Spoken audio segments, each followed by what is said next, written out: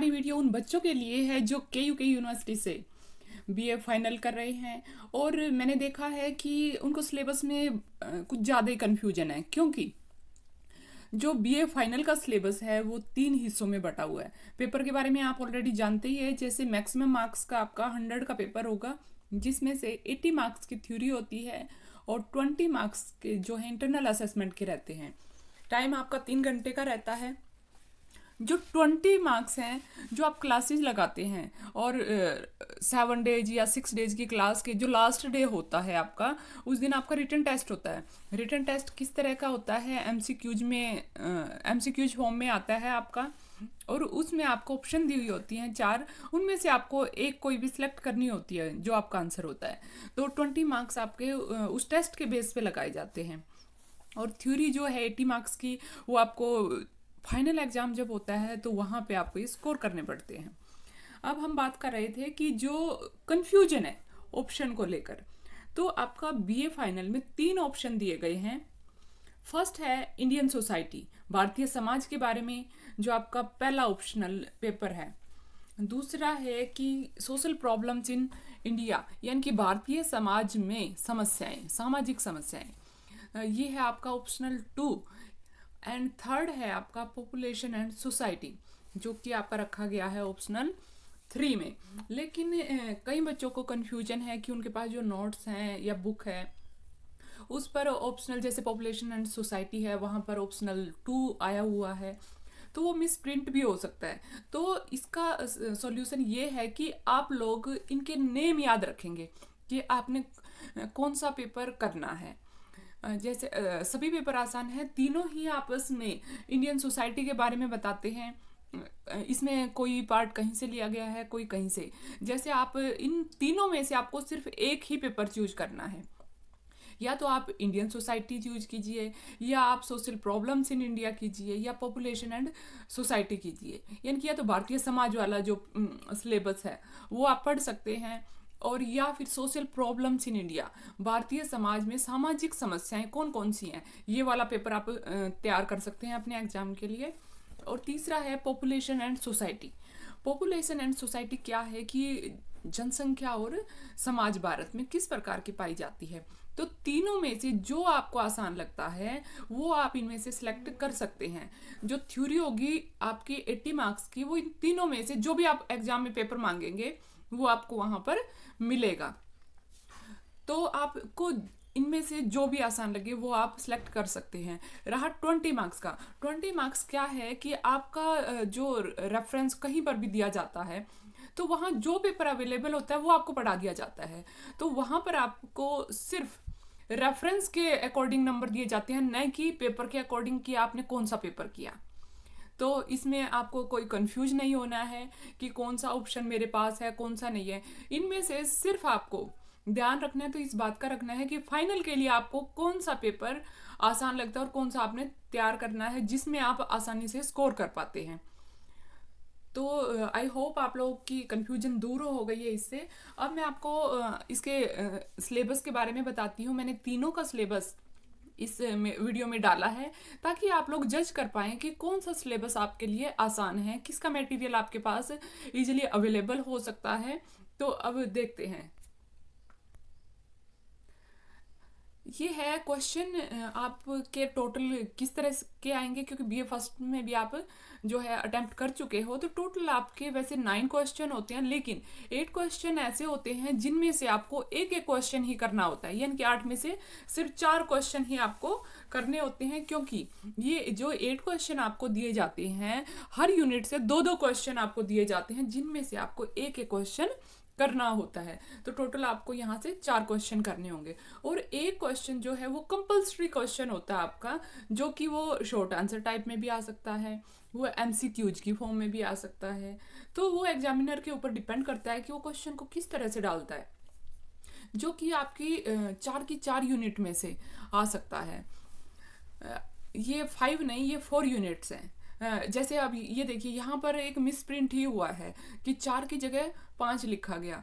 तो इसी तरह से जो आपके नोट्स आते हैं उनमें भी कहीं ना कहीं मिस प्रिंट हो सकता है। तो आपको ऑप्शनल के लिए कंफ्यूज नहीं होना कि ऑप्शन फर्स्ट है सेकंड है। आपने अपने जो पेपर हैं उनके नेम देखने हैं कि पॉपुलेशन एंड सोसाइटी है या सोशल प्रॉब्लम्स है या इंडियन सोसाइटी, उस पर नाम कौन सा है, तो उसके अनुसार आप तैयारी करेंगे, ना कि ऑप्शन के अकॉर्डिंग आप करेंगे। अब है कि जो क्वेश्चन है वो अटेम्प्ट करना है तो कितने मार्क्स का करना है, वो आपने 16 मार्क्स का करना है। अब 16 मार्क्स स्कोर करने के लिए आप क्या करेंगे, जो भी आपसे क्वेश्चन किया गया है उसको आप छोटे छोटे हिस्सों में बांट लीजिए।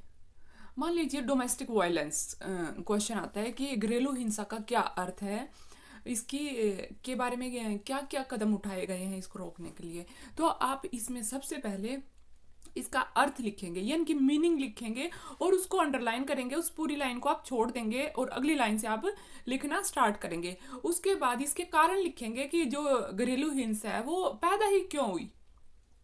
तो वहां पर भी आप हेडिंग डालेंगे कि घरेलू हिंसा के कारण। उस पूरी लाइन को आप छोड़ देंगे लिखने के बाद और अगली लाइन से आप उसके बारे में, कारण के बारे में बताएंगे। अगर आपको पॉइंट्स में पता है तो पॉइंट्स जितने ज़्यादा से ज़्यादा आप बना सकते हैं वो बनाइए। उसके बाद क्या है, एक्ट बताइए कि भाई कब उसके बारे में, उसको रोकने के लिए क्या कदम उठाए गए सरकार द्वारा।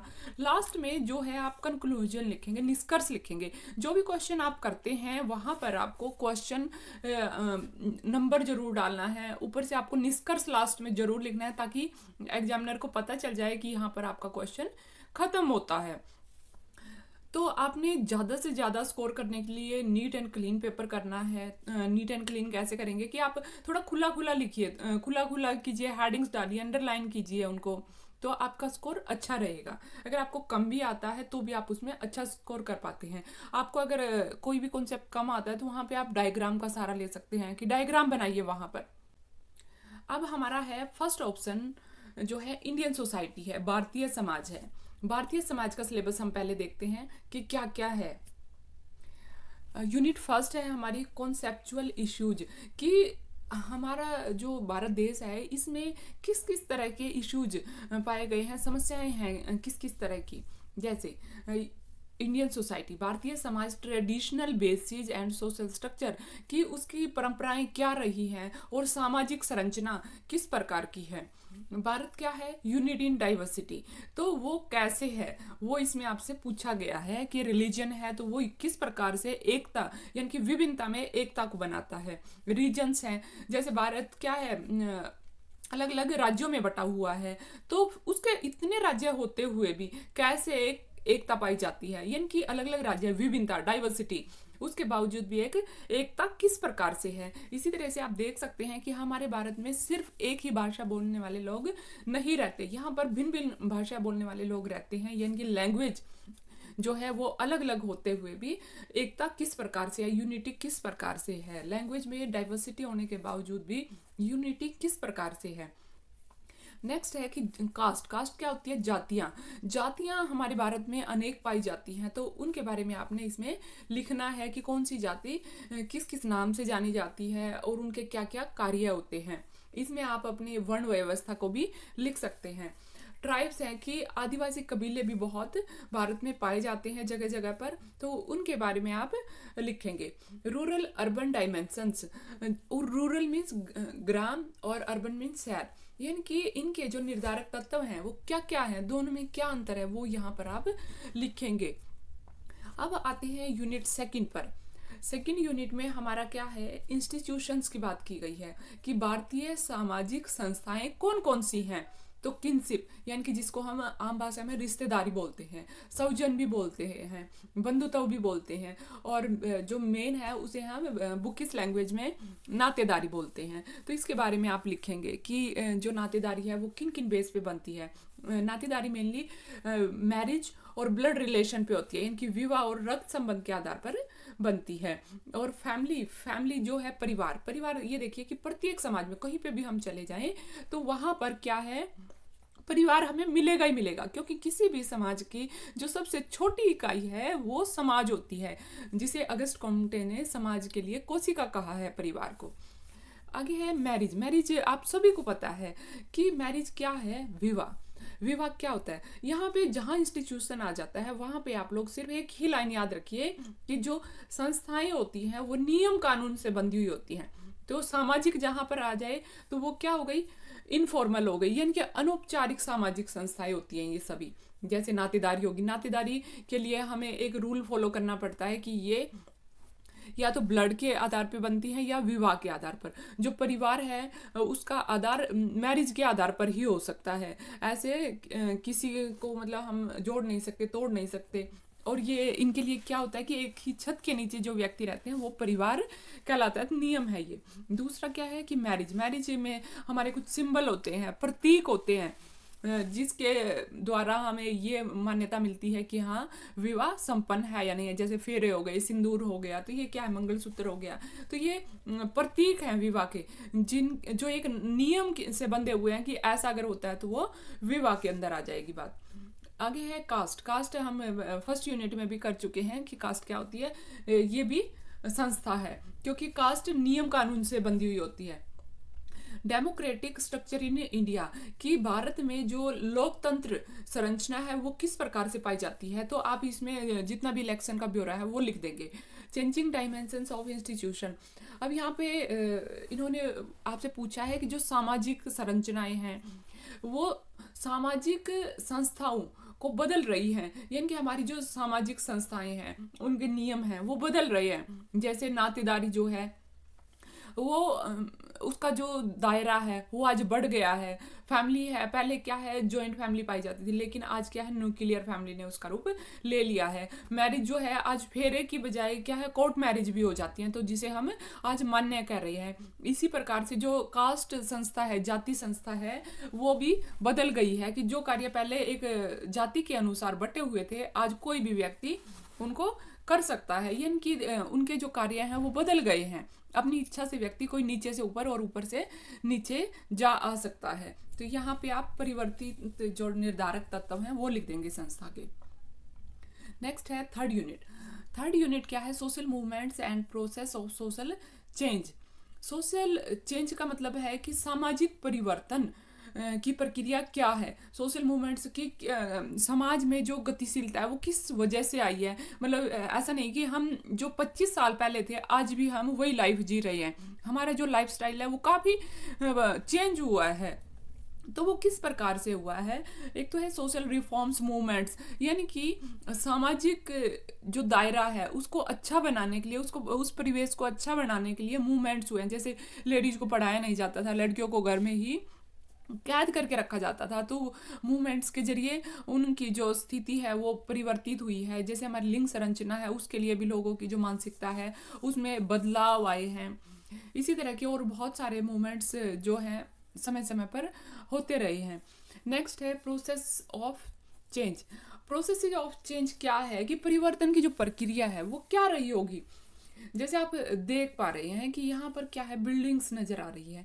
तो जैसे जैसे हमारे पास टेक्नोलॉजी बढ़ रही है वैसे वैसे हमारी जो सोच है वो भी बदलती जा रही है, और उस सोच के बदलने से हमारा जो समाज है उसमें भी परिवर्तन समय समय पर हो रहा है। हमारा जो जीने का ढंग है, हमारी जो संस्कृति है वो भी हम अपने कंफर्ट के अनुसार आरामदायक बनाने के लिए उसको परिवर्तित करते जा रहे हैं। तो प्रोसेस ऑफ चेंज में क्या क्या आएगा, फर्स्ट है संस्कृताइजेशन।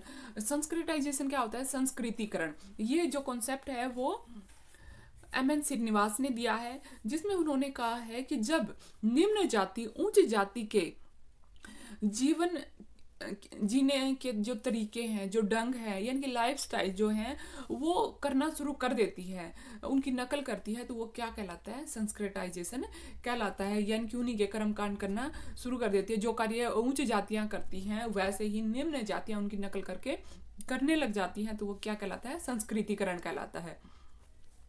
नेक्स्ट है वेस्टर्नाइजेशन, पश्चिमीकरण। आप अपने आसपास देख सकते हैं कि कोई व्यक्ति आपको धोती कुर्ता या अपने जो ट्रेडिशनल कपड़े हैं वो पहने हुए मिलेगा। कारण क्या है कि हमने पश्चिम की तरफ उनकी तरह नकल करना शुरू कर दिया है कि वो जैसे कपड़े पहनते हैं, वो जैसा खाना खाते हैं, वो जैसे रहते हैं, उसी तरह से हमने अपना परिवेश बना लिया है। अपना रहन सहन हम पश्चिमीकरण की तरह करते जा रहे हैं। तो ये भी क्या है, एक परिवर्तन की प्रक्रिया है। और जो वेस्टर्नाइजेशन का कॉन्सेप्ट है, पश्चिमीकरण का जो कॉन्सेप्ट है, ये भी किसने दिया है, एम.एन.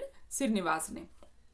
मॉडर्नाइजेशन यानी कि आधुनिकता, जैसे जैसे हमारी जो टेक्नोलॉजी है, तकनीकी है, वो आगे बढ़ रही है, तो हम भी आगे बढ़ रहे हैं। यानी कि हमारी जो सोच है वो आधुनिक हो रही है। जैसे आज हम एजुकेशन को फर्स्ट प्रेफरेंस पे रखते हैं, तो ये किसके कारण, अपनी सोच के कारण, कि आज हमें जो लैंग्वेज है वो मल्टी आनी चाहिए, सिर्फ एक से ही काम नहीं चलेगा, हम सिर्फ अपने दायरे तक ही सीमित नहीं हो सकते, हमें अपनी सोच का दायरा बढ़ाना होगा, यानी कि मॉडर्निटी लानी होगी।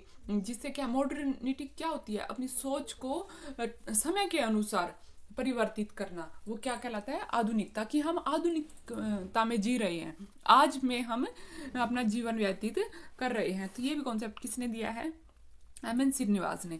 ग्लोबलाइजेशन क्या है कि एक ग्लोब पे छोटी से छोटी इकाई की पहुंच होना, वो क्या कहलाता है, ग्लोबलाइजेशन कहलाता है। भूमंडलीकरण कहलाता है, कि पूरे मंडल का एक जगह पर आ जाना। जैसे भारत की कोई भी फेमस है, जैसे समोसा है, वो ये नहीं कि सिर्फ भारतीय ही खा रहे हैं, वो वेस्टर्न है, वहाँ पे भी खाया जा रहा है। तो इसके कारण क्या है कि गांव से कोई भी छोटी इकाई, शहर से या देश से दूसरे स्थान पर उसका विस्तार होना, उसको प्रमुखता मिलनी, वो क्या कहलाता है, ग्लोबलाइजेशन कहलाता है, भूमंडलीकरण कहलाता है। हम कर रहे थे भारतीय समाज, तो उसकी जो 4th यूनिट है वो क्या है, सोशल इश्यूज एंड प्रॉब्लम्स क्या क्या है, यानी कि सामाजिक समस्याएं कौन कौन सी हैं। वो है इनइक्वालिटी, सबसे बड़ी समस्या है, यानी कि असमानता किन किन आधारों पर है, देखिए, जेंडर डिस्क्रिमिनेशन है, यानी कि डिस्क्रिमिनेशन होता है भेदभाव, तो लैंगिक जो है वो भेदभाव हमारे समाज में देखने को मिलता है। ये सबसे बड़ी समस्या है कि लड़के और लड़कियों में एक भेदभाव रखा जाता है। प्रॉब्लम ऑफ रिलीजन है कि यहाँ अलग अलग धर्मों के लोग रहते हैं, तो सब में मनमुटाव रहता है। आपने देखा होगा समय समय पर हिंदू और मुस्लिम के झगड़े होते रहते हैं। तो ये एक बहुत बड़ी समस्या है जो धर्म के आधार पर है। माइनॉरिटीज है, माइनॉरिटीज में अलग अलग जो जातियां हैं वो आती हैं, जिसके कारण एक समस्या पैदा होती है कि जातियां आपस में लड़ने लगती हैं। दलित है, जैसे OBC, other backward class, casteism बहुत है, यानी कि यही सेम ही आ जाएगा, माइनॉरिटीज और कास्टिज्म, यानी कि जातीय विभेद जो है वो सेम ही है। और क्रिमिनलिज्म एंड करप्शन, जो भ्रष्टाचार है, ये भी एक मेन समस्या है। तो यहाँ पर हमारा जो फर्स्ट ऑप्शन है भारतीय समाज, उसकी 4 यूनिट थी, 4 यूनिट खत्म होती है। तो ये वो सिलेबस है ज़्यादातर जो आपने बीए फर्स्ट ईयर में करा होता है। जैसे मैरिज 1 यूनिट तो आपकी वही आ जाती है लगभग, तो इसमें भी मुझे नहीं लगता कि आपको कोई प्रॉब्लम आएगी, क्योंकि बहुत ही आसान है। भारतीय समाज से जुड़े हुए सारे तथ्य यहाँ पर हमें करने होते हैं। अब बात करते हैं दूसरे ऑप्शन की, जो है आपको ऑप्शन मिलती है सोशल प्रॉब्लम्स इन इंडिया की, भारतीय समाज में कौन कौन सी समस्याएं हैं। तो इसमें भी सिलेबस आप देख लेते हैं। यूनिट फर्स्ट में है सोशल प्रॉब्लम्स, यानी कि सामाजिक समस्याएं, कि भारतीय समाज में किस किस प्रकार की जो समस्याएं हैं वो पाई जाती हैं। तो इसमें आपकी फर्स्ट यूनिट में इन्होंने डाला है सिलेबस में कॉन्सेप्ट्स क्या है, यानी कि जितने भी तत्व हैं वो सामाजिक समस्या से संबंधित, वो जैसे गरीबी हो गया, मदिरापान हो गया, ड्रग एडिक्शन हो गया, काला धन हो गया, भ्रष्टाचार हो गया, दहेज हो गया। तो ये क्या है, समस्याएं हैं। तो ये सब इसमें आ जाएंगी, सामाजिक समस्याओं के कॉन्सेप्ट में आ जाएंगी। इन सब के मीनिंग आपको पता है तो वो आप अपने अनुसार वहाँ पे लिख सकते हैं। टाइप्स में भी सारे नाम ही आ जाएंगे, जितनी भी समस्याएं हैं वो प्रकार हैं सामाजिक समस्याओं के। अब नेक्स्ट है कि importance of the study of social problems, कि सामाजिक समस्याओं का अगर हम अध्ययन करते हैं तो उनसे हमें क्या फ़ायदा होता है, महत्व क्या है उनका। तो जब हम किसी भी चीज़ का अध्ययन करते हैं तो वहाँ से हमें कमियों का पता चलता है और कमियों को हम ठीक कर सकते हैं। जैसे पॉवर्टी है, पॉवर्टी का हम अध्ययन करते हैं तो उससे क्या है, हमें पता चलता है कि हमारे देश में जो गरीबी है वो किन किन कारणों से है। भाई अनएम्प्लॉयमेंट है, यानी कि बेरोजगारी है, या व्यक्ति निकम्मे हैं, या उनके पास रिसोर्स नहीं है करने के लिए। तो इस तरह की हम समस्याएं पढ़ सकते हैं। जैसे अल्कोहल, यानी कि कोई भी व्यक्ति अगर शराब या कुछ अलग चीज़ों से नशा करता है तो वो क्यों करता है, तो इसका हम अध्ययन कर सकते हैं और उसको इस चीज़ से बचा सकते हैं। सेम इसी तरह से ड्रग एडिक्शन हो जाएगा, कि ड्रग लेने की आदत हो जाना, और ब्लैक मनी की, काला धन क्या है कि जब एक ही व्यक्ति पूरे देश का जो इनकम का सोर्स है वो दबा के बैठ जाता है, तो वो क्या कहलाता है, काला धन कहलाता है, जो किसी और को दिखाई नहीं देता। करप्शन, भ्रष्टाचार भी एक बहुत बड़ी समस्या है कि हम एक ब्लैकमेलिंग करते हैं कि आपका काम तब होगा जब आप इतने पैसे देंगे, या किसी भी तरह की ब्लैकमेलिंग जो है वो करप्शन में आ जाती है। अब बात करते हैं सेकेंड यूनिट की। सेकेंड यूनिट क्या है, स्ट्रक्चरल इश्यूज, यानी कि जो संरचनात्मक समस्याएं हैं कि हमने भारतीय समाज का एक ढांचा तैयार किया है, तो उसमें भी समस्याएं हैं। जैसे सोशल जस्टिस है, यानी कि सामाजिक न्याय। तो न्याय करने के लिए हमें सुविधा तो दी गई, लेकिन क्या उसका फायदा है? नहीं। तो ये भी एक समस्या है। इंक्लूसिव डेवलपमेंट के बहुत सारे तरीके हमें बताए गए, जैसे प्लानिंग्स की गई कि जो गरीब है वो अनेक स्कीमों का फायदा उठा सकता है, लेकिन क्या वो उठा पाता है, क्या वो स्कीम उस तक पहुंच पाती है? तो ये सब इसमें आ जाएगा। इनइक्वालिटी ऑफ कास्ट भी एक बहुत बड़ी, हमारा जो सामाजिक संरचना है उसका हिस्सा कास्ट भी है, जिसमें क्या है कि एक हीन भावना पैदा की जाती है, जबकि पैदा तो सभी एक जैसे ही हुए हैं ना, लेकिन फिर भी उच्चता और निम्नता समाज में पाई जाती है, क्योंकि हमारे समाज की जो संरचना है वो इस आधार पे तैयार हुई हुई है। अनेक प्रकार की क्लास है, जेंडर है जैसे, तो ये क्लास है कि लड़कों की अलग से और लड़कियों की अलग से। तो यहाँ पर भी एक समस्या है कि एक भेदभाव यहाँ पर देखने को मिलता है। Development of minorities, backward classes and Dalits, यहाँ देख रहे हैं कुछ औरतें आपको नजर आ रही हैं, तो ये क्या है, माइनॉरिटीज को दिखा रही हैं कि जिनके पास अपने लिए कोई भी सामान नहीं है भरपूर मात्रा में, उनको जगह जगह से वो चीज़ इकट्ठी करनी पड़ती है। यहाँ पे तराजू में आपको नजर आ रहे हैं कि आज के सिनेरियो में अगर हम देखें तो दोनों तराजू यानी कि मेल और फीमेल के लगभग एक जैसे हैं। तो ये क्या है, डेवलपमेंट है कि पहले से जो है वो चेंज हुआ है, जो कास्ट सिस्टम है वो भी बदला है, जो भी हमारे संरचना में कमी थी, सामाजिक ढांचे में जो भी कमी थी उसको उठाने का प्रयास किया गया है। अब हम करते हैं थर्ड यूनिट। थर्ड यूनिट क्या है, gender issues and legislative measures, कि हमारे जो समाज है उसमें मेन जो समस्या है वो किसकी है, तो वो है जेंडर, यानी कि लिंग भेद जो है वो सबसे बड़ी समस्या है। दूसरा क्या है, लेजिस्लेटिव मेजर्स है, और उनके लिए क्या क्या मेजर्स सरकार द्वारा बनाए गए हैं। जैसे क्या है, पैट्रियार्ची होता है पितृसत्ता, यानी कि पिता से जो सत्ता है वो बेटे के पास आती है, न कि बेटी के पास। तो वहाँ पे असमानता पैदा हो जाती है कि बच्चे दोनों ही बराबर हैं, लेकिन जो सत्ता है, जो भी धरोहर है वो किसको जाती है, बेटे को जाती है, न कि बेटी को। दूसरा है जेंडर डिस्क्रिमिनेशन, इसमें भी यही आ जाएगा कि लैंगिक भेदभाव पाया जाता है। फीमेल फिटिसाइड है कि जो लड़कियां हैं उनको गर्भ में ही मार दिया जाता है, तो ये बहुत बड़ी समस्या है समाज की। आगे है डवरी आप देख रहे हैं यहाँ पिक्चर में कि लड़की का जितना वेट होता है उससे ज़्यादा सामान उसको दिया जाना चाहिए जब उसकी मैरिज होगी। तो आप यहाँ देख रहे हैं कि एक तराजू में अथाह मात्रा में सामान है, लेकिन फिर भी इक्वालिटी नहीं आ पा रही, तो उसके बावजूद भी लड़की से डिमांड की जाती रहती है कि वो और भी सामान अपने मायके से लेके आए। तो ये क्या है, एक प्रेशर है मायके वालों पे, जिससे कि लड़की तो मानसिक तौर पे दबाव में रहती ही है, साथ में उसके जो पेरेंट्स हैं वो भी रहते हैं। तो ये बहुत बड़ी समस्या है। डोमेस्टिक वायलेंस यानी कि घरेलू हिंसा, जिसमें क्या है कि घर में जो भी व्यक्ति है उसको दबाया जाता है, उसके साथ गलत व्यवहार किया जाता है। उसमें दोनों ही आ सकते हैं, लड़के भी आ सकते हैं, लड़कियां भी आ सकती है, या कोई बुजुर्ग भी आ सकता है, कोई बच्चा भी आ सकता है कि जिसे गलत तरीके से घर के अंदर ही काम करवाया जा रहा हो। डाइवोर्स भी समाज की एक बहुत बड़ी समस्या है कि आज के सिनेरियो में जो लड़का लड़की की एडजस्टमेंट नहीं हो पाती, तो वो क्या है, परिवार बनने से पहले टूटने की कगार पे आ जाता है। तो प्रोटेक्टिव मेजर्स फॉर वुमेन है, तो औरतों के लिए मतलब उनकी सुरक्षा के लिए अनेक पैमाने तैयार किए गए हैं। जैसे पुलिस स्टेशन खोले गए हैं, वुमेन बैंक्स बनाए गए हैं, या सेफ्टी के लिए जैसे 1091 नंबर उनको प्रोवाइड किया गया है कि अगर कोई प्रॉब्लम होती है। तो इसी तरह से अलग अलग बहुत सारे पैमाने बनाए गए हैं। अब आते हैं फोर्थ यूनिट। फोर्थ यूनिट क्या है, सोशल डिसऑर्गेनाइजेशन, यानी कि सामाजिक असंगठन, संगठित न होके जो सामाजिक ढांचा है वो क्या है, अनेक असंगठन उसमें पाए जाते हैं, जो एक समस्या है किसी भी समाज के लिए।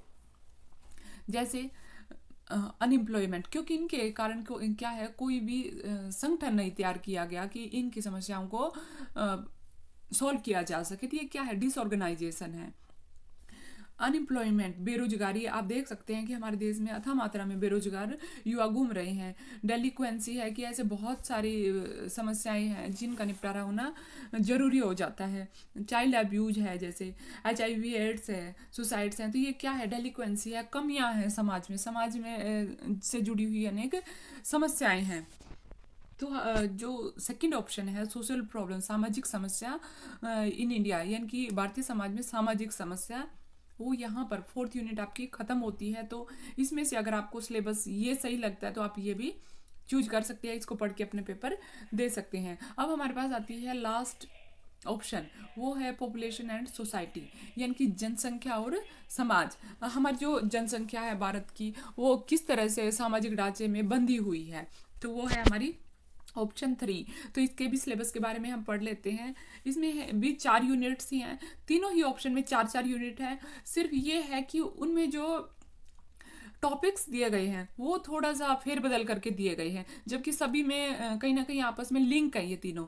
तो आपको इनमें से जो भी आसान लगे वो आप चूज कर सकते हैं। तो अब इस सिलेबस को देखते हैं। यूनिट फर्स्ट में पॉपुलेशन स्टडीज, पॉपुलेशन स्टडीज यानी कि जनसंख्या का अध्ययन करना, जिसे हम डेमोग्राफी भी कहते हैं, जनसांख्यिकी भी कहते हैं। तो ये क्या है, अध्ययन के तरीके हैं जिसके द्वारा हम जनसंख्या का अध्ययन करते हैं। तो इसमें आपको इसका अर्थ बताना है, मीनिंग, स्कोप बताना है कि कितना क्षेत्र है, यानी कि पॉपुलेशन किस क्षेत्र में कितनी है वो आपने बता देना है। तो उसके लिए हमारे पास 3 पैमाने होते हैं। सबसे पहले हम आकार देखते हैं जनसंख्या का, फिर लिंग संरचना देखते हैं, फिर वहाँ पर भौगोलिक क्षेत्र कितना है, क्योंकि भौगोलिक क्षेत्र के अनुसार ही हम जनसंख्या की आकार का पता लगाते हैं, उसकी लिंग संरचना वहाँ पर कितनी है उसका पता लगाते हैं।